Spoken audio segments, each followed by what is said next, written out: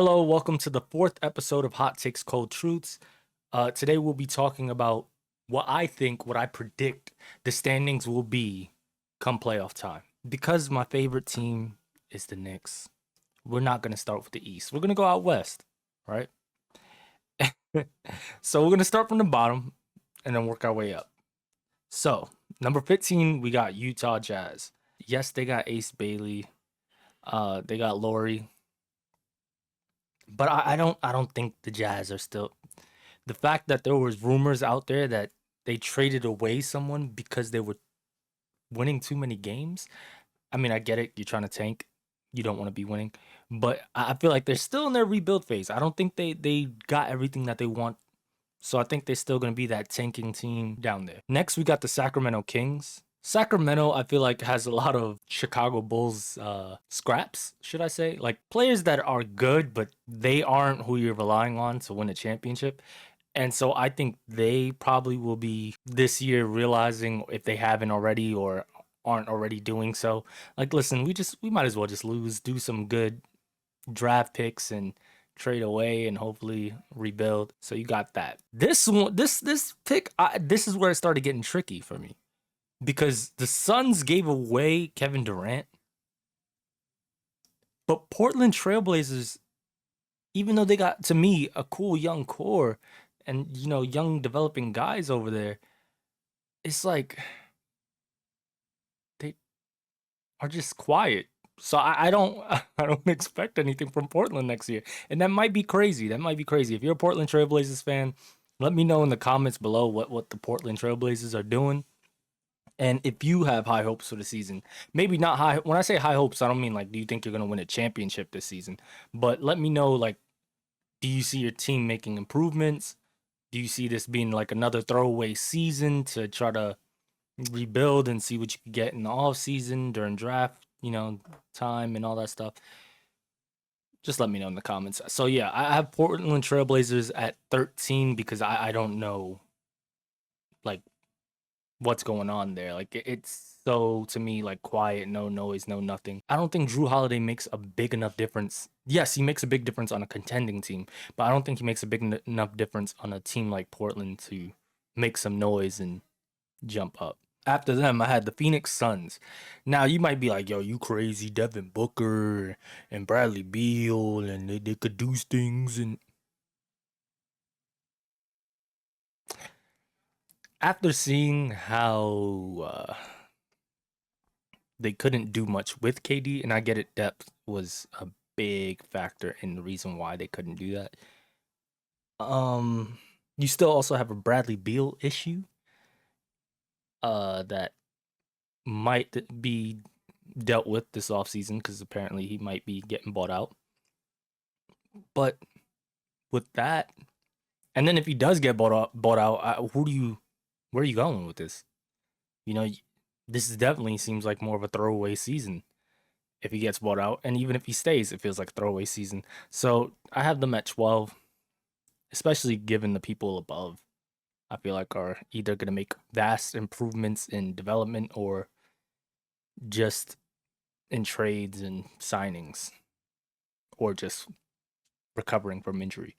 So yeah, I don't. Suns are another team that's like, I feel like they were really good, and then slowly but surely, it was like they made like one move too many and back down. So they need to get their stuff together and figure out what they're gonna do.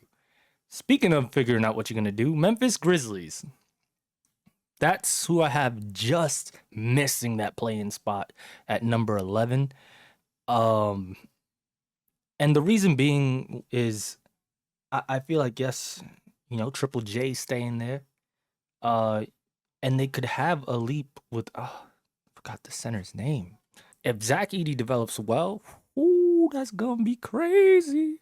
But right now, I don't. I feel like there's not enough consistency from Memphis. You got Ja always getting hurt. People getting traded away. You got Bane leaving, all that stuff. So it's like, if I see that inconsistency as a rookie player, like, I'm just picturing on a low level thing, like, I'm going to a job and it's like, oh yeah, this is your manager, and it's like, oh okay, this is your coworker. He'll be doing such and such, and then you start like trying to develop a relationship with that person to figure out like what's the efficient way. Oh, this person does well in these scenarios, so I'll take care of this while this person takes care of this, and then that person's always like calling out. So while you're getting used to it, it's like, oh, you have someone else there filling in. Oh, you're getting used to it again. Nope, someone else is filling it. That inconsistency, then it's like, oh, you got this worker here, and you're like, oh, okay, I'm cool. Let's do this. Let's do it. And then he just like goes to a different job. Yeah, so that was on a lower scale what I feel like is going on in Memphis. And that can either hinder or open up things for Zach Edey.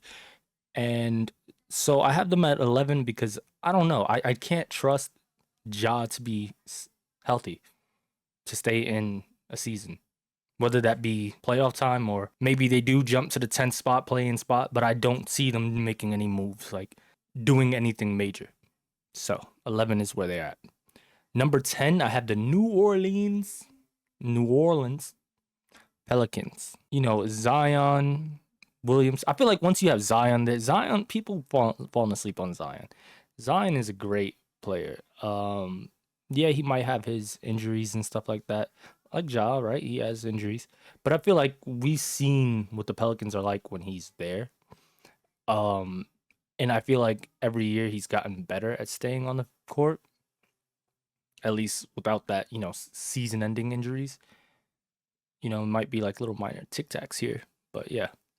Kevin Looney, I mean, I'm not gonna act like Kevin Looney's about to just have a dangerous season and then you do have to factor in Jordan Poole, who oh yeah, it's a roll of the dice with that one, man. Listen, and don't take what I'm saying as in, oh my god, these players suck and all that. No, I'm like I said, the West is hell. Like if you're a player in the West, you probably just like give me a break. So that's why I feel like if Pelicans were in the East, I would say they're probably the top of the play-in. But they're not in the East, right? They're in the West. So we gotta be realistic. Talking about realistic, number 9, I got Golden State Warriors. Now, you're probably like, why are they 9? You know what I'm saying? Jimmy Buckets in the short span that he was with them, they did their thing. I don't see Warriors getting any big men. Now, I don't know if for Golden State fans, if that's a worry for you. You lost Kevin Looney. I haven't really acquired much to make up for that. So it's kind of a head scratcher. I don't know what's going on with the Warriors, but I just feel like that's not gonna be good. It's not gonna look good. And we seen during the postseason what it's like when Curry is out. When you go to the playoffs, a lot of your flaws get exposed. And it could be just Jimmy Butler getting used to the new system and stuff like that. But you can see from at least this postseason that when Curry's out, Warriors can't really do anything, right? Because Minnesota found a way to expose whatever weaknesses they had when Curry's gone. I feel like when you get exposed like that with your weaknesses, a lot of teams during the regular season now is going to harp on those weaknesses, right? To take it back to like Brunson, for example, when he first came to the Knicks and we went to the playoffs, and you got it seems like let's try someone bigger on Brunson. Let's not go guard to guard. Let's throw a wing on him. And now you see Brunson, like his numbers, yeah, he's getting the numbers, but his efficiency drops a bit. And so now you start seeing that during the regular season, you know? So I think something like that's going to happen with Golden State. You know, Curry's age, all that stuff, Draymond's age, not having a center, but still respecting their greatness. I'm going to go with 9. But if any injuries happen, that's why I say they'll get dropped down to 9. My first surprise low seeded team will be the Minnesota Timberwolves at number 8. Now, most of y'all will probably kill me for this when y'all find out my top 6. If you're a Minnesota Timberwolves fan, listen, I love Cat. You guys gave us Cat. I appreciate it. I love Julius. I love Dante DiVincenzo. But speaking on exposed, I feel like playmaking, pace, all that was exposed on Minnesota's end. Defensively, I think they can pick it up. But playmaking and all that, I don't. It's hard because Ant needs to find out when to be aggressive, when to pass it up. Julius, pass it up sometimes. You don't have to always do the ISO. And then people got to make their shots, right? When you're open. And I feel like that's something that was killing them. And I feel like that's going to now kill them if they didn't work on this or if they're not working on this in the offseason. It's going to kill them in the offseason compared to these other teams in the West. That's why they'll drop down to the 8th seed after having such a successful season last year.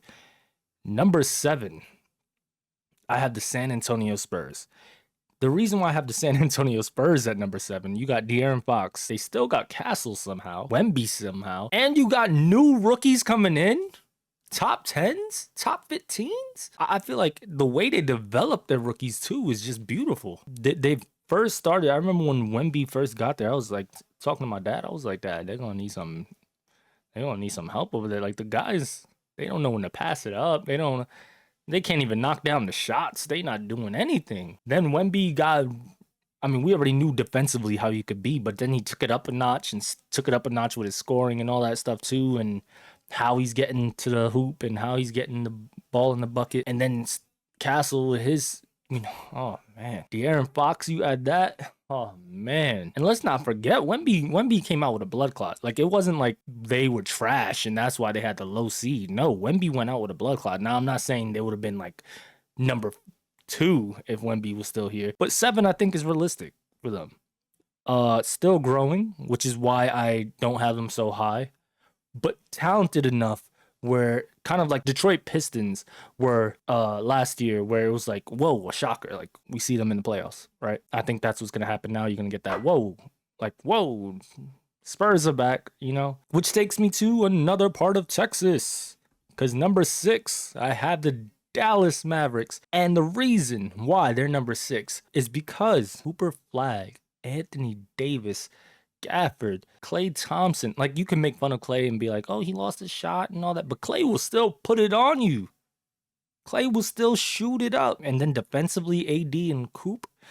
Oh my God. Gafford like, y'all sleeping on that team. I'm sorry.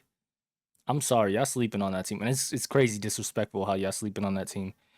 I don't think they're gonna make some noise as in like championship, but I think they are going to knock a team off that you were probably like, oh, I expected this team to win, not Dallas. So I see Dallas as a second round exit. I'll say that. Whoever they face, second round exit. Then right above them, there's probably going to be them two fighting each other for the spots, for the 5th and 6th spots. The Los Angeles Lakers. You know how the NBA is petty like that. The NBA, I don't know how they do it. That's why people be thinking it's scripted sometimes, is because it be stuff like this, like, oh, yeah, Lakers and Dallas are really fighting for a seeding, right? So I got Los Angeles Lakers. They got themselves a center. The center doesn't need to be great for this Lakers team to be 5th and up. Do they need to be great for the Lakers to make it far in the playoffs? Yes. Listen, Ayton, he did great on the Suns. I feel like it could have been a thing where he just wasn't happy, and that's why he was being the way he was in other places. Who knows? And yeah, maybe that's not the right way to carry yourself. You're making millions and all that stuff. Cool, say what you want about how he behaved. But or reportedly behaved, should I say, because we don't know for sure. I still think, based on what I've seen of him on the Suns, he can definitely help the Lakers here. And if he is remotely somewhat like he was on the Suns during this season and bring that into the playoffs, the Lakers can have a deep playoff run. But yeah, right now I have Lakers at number 5. Number 4, I have the Clippers. Now I don't know how to feel about that one, right? Because when I was doing this, I was like, this is how crazy the Clippers are for me, right? Because they play so well, right? They have like these good stretches and all that, but then it's like something happens and they just go just straight down, right? So when I was looking at this and I was like making it, I was like, oh man, this is how on the flip, like by a flip of a coin, the Clippers are. I had them either number 9 and knock everybody up, so it'll be uh New Orleans at 10, 9 Clippers, 8 Golden State, 7 Minnesota, 6 San Antonio, 5 Dallas, 4 Lakers, or number 4 Clippers, right? And then everything how I've been saying it. Now the reason why I'm giving them a benefit of the doubt, Kawhi's back, right? James Harden has been doing his thing. I don't know what they're gonna do in the offseason, but for some reason, Clippers always just find a way to be like to turn up at the right time. And so I don't know. I see the Clippers either before the trade line deadline doing something crazy, and then it's just like a boost, something. Because Kawhi, James Harden, to me, when you see them together, they're a beast. So yeah, I got Clippers at 4. My shockers so far I have are Minnesota at 8, Clippers at 4. Right, I felt like there's gonna be like 2 shockers in the West. That's gonna happen. Denver at 3. I feel like with not saying that they got their boy back, so now it's they're guaranteed to win the chip. I feel like they made a lot of moves so far to add that depth that they needed. I also feel like them getting their boy back will allow them not to have to go through this big, huge chemistry thing where like the Knicks had with adding Macau, Cat, OG. So I feel like they're not gonna have that big chemistry issue. They might have some, but I don't think it's gonna be as big as New York had last year, right? Because they just added in bench pieces and some of them been there in that system already. Their main issue, that coach, what is he gonna do during the next season? Then number 2, the reason why I have them number 2 is kind of like with what happened in the East last year. I have OKC as number 2. Now, like I said, if they improve, if Chet becomes more aggressive, if SGA passes more, Jalen Williams passes more, I feel like they can easily just be number 1 and run through the West again and run through the NBA again. But I feel like when you win the NBA finals, every team is like locked in on you. And if they don't develop that passing, which can be possible because, people form habits, a lot of teams is going to recognize that and be like, oh, when the Pacers was facing them, they weren't passing a lot. So the Pacers was able to do this. Pacers were able to do that. And that kind of like Cleveland did to Boston, will drop them down to 2, which leads me to number 1, the Houston Rockets. Now, the reason why I have them at number 1 isn't necessarily, KD, right? Because we saw KD on the Suns, and yeah, but the Houston Rockets were number 1 during the season for a while, right? And they just had young people who really tried hard and went out there and did their thing. And I feel like you take that, they didn't lose too much. You add KD and you still got your aggressive defender. You still got aggressive, young-minded people with a vet like KD. And it just feels dangerous, So I'm going with Houston at number 1. Does that mean they're gonna win the championship? No. But it just means during the season, they're gonna be putting boots to asses, right? So we got that for the West. Now, here comes the East. So, number 15, Washington Wizards. Do I need to say anything? I feel like they got rid of the only man who really, granted, shrieky as hell, but who really was gonna do anything to give them at least a couple of wins. So yeah, you got Chris Middleton, you got your little rookie. I don't see a big leap happening here. Then number 14, I got the Indiana Pacers. You lost Miles Turner. You're not having Halliburton there. I feel like just losing such a big piece at guard and a big piece at center, people will be able to harp on their flaws a lot more. And that's going to be an issue for the Pacers. I mean, I don't think they care anyway, because I think they would most likely say, listen, this is a throwaway season. I mean, you can tell by the fact that they didn't want to pay Miles Turner that this was a throwaway season. Next, I have the Toronto Raptors. Love RJ Barrett, love Emmanuel Quickley. Emmanuel Quickley, I don't know what's going on. Like, every time I try to be like, ooh, my man Emmanuel Quickley, he's not there. He's injured. RJ, he's doing his thing. I'm not gonna lie. He's doing his thing. But I don't think I think he's just gonna be like empty stats. You know what I'm saying? Like stats that look good but don't mean anything because you're not winning. And that's nothing against him. Like, it's a team game. Then we got the Charlotte Hornets. The reason why I have them at 12 is due to LaMelo's injuries. I feel like every time this team looks like they might be pushing forward, they get sidelined with injuries. Number 11, the Brooklyn Nets. They made trades, just not enough, right? Not enough, especially compared to other teams. Number 10, Chicago Bulls. Number 9, Miami Heat. I feel like Heat and Chicago are always in the play-in. Like, they're always just fighting enough to get there. And I feel like they're going to do it again this year. Brooklyn, I feel like, can sneak in there, but I don't know. I feel like now they're going to have to gel together again. And I don't know. I just don't see it happening. You lost a lot. You didn't gain really much. You gained something, like good, but not much. And so I'm not going to say anything there, right? Chicago, you let Lonzo Ball go. I think while that can be a mistake, it could be good too. Who knows? We don't know Lonzo Ball's condition and how it's going to be. So there's that. And then 9, Miami Heat, Tyler Hero, Bam Adebayo. I feel like that's enough to get you some 9th seed wins, right? Then surprise. This is one that probably some people were wondering where I was going to put them. Boston Celtics at number 8. Now you're probably thinking, oh, Jason Tatum's out. Why don't they just tank? And they just got rid of Porzingis and Drew Holiday and Luke Cornett and possibly Al Horford too. But that's just how good each of those pieces were. They were just so stacked that even when you take these pieces off, they're still good enough to be a play-in team. Now, whether they will decide to win games to become a play-in team, that's on them. But I think they're good enough to be a play-in team.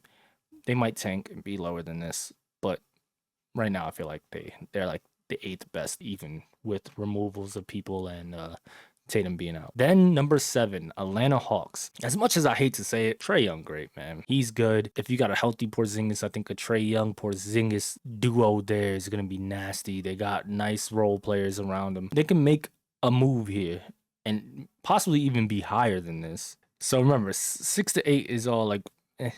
I'm not even gonna say 6 to 8 anymore. 6 and 5 to 7 are like a gamble, right? Like a up for grabs for me on the East. That's the next tier of teams, 5 to 7. So right now the tiers of teams that we have so far is from 15 all the way to 12, 11 to 9, 7, well 8 is by itself, 7 to 5. And so now I'm gonna say 7 was Atlanta Hawks, 8 was Detroit Pistons. I feel like they're just going to repeat what they did last year. Only difference is now teams know. And so I think this is going to be their one step back real quick, like, whoa. And then that's when you'll see them push up again and be even better. They're going to learn from the matchup against the Knicks. But I think also people are going to learn, like, we weren't expecting Detroit to make the playoffs, but all right, let's take them serious. Let's tweak this and do this. However, I don't think they're going to fall off. I think they're just going to take like a step back, like, whoa, and be good. You know, you're going to see another developmental year from Kate Cunningham. It's going to be amazing. So I'm going with Orlando Magic at number 5. And their defense is just nasty, man. There's tough. Their issue is offense. And I feel like as long as they have Paolo, now Bane, they can be okay offensively. Maybe sometimes it might get stagnant. Who knows? We'll see how the chemistry goes. I feel like defensively alone, they're going to be 5, maybe even higher depending on what their offensive ceiling is with Banchero. Number 4, I got Milwaukee Bucks. This is a hard one for me. Now, because you're probably wondering, what the hell's your top 3 then if you got Milwaukee Bucks at 4? Because Milwaukee Bucks to me can be 3.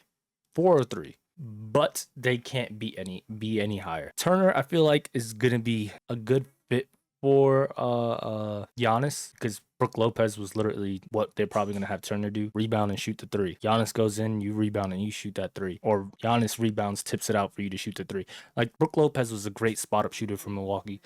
And I feel like Turner's about to be just like a better, younger version of that. However, they don't have a guard. And it's looking like they might get Chris Paul, who knows? But I don't even think Chris Paul's going to, like, at his age and all that, I don't think he's going to make that much of an impact. I think he will help facilitate and move the ball around to keep them at that 4 seed, maybe 3.